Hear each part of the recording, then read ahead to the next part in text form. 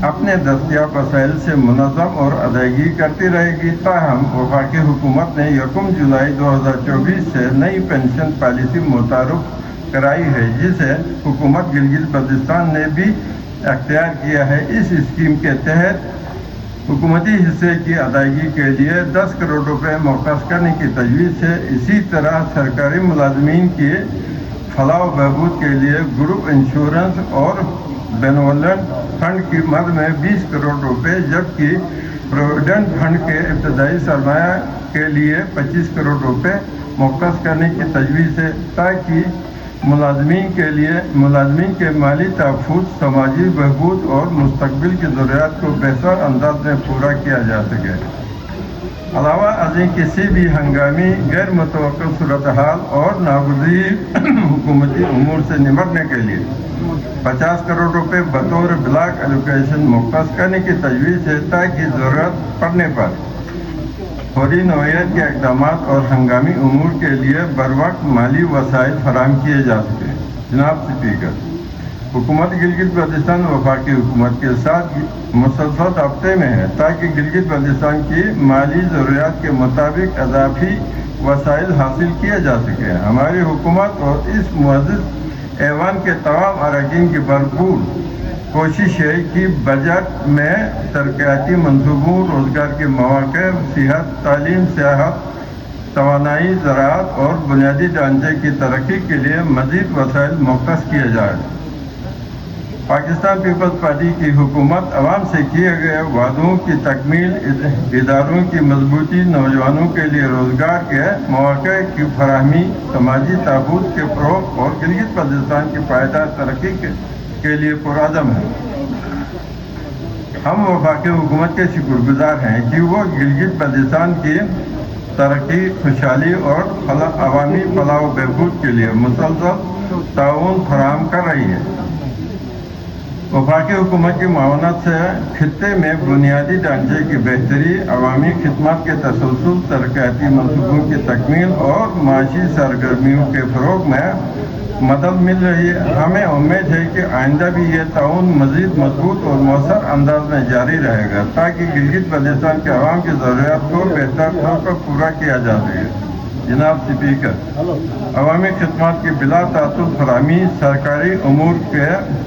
تسلسل، ترقیاتی و فلاحی اقدامات کی پیش رفت اور ریاستی ذمہ داریوں کی مؤثر انجام دہی کو یقینی بنانے کے لیے میں اس معزز ایوان سے مالی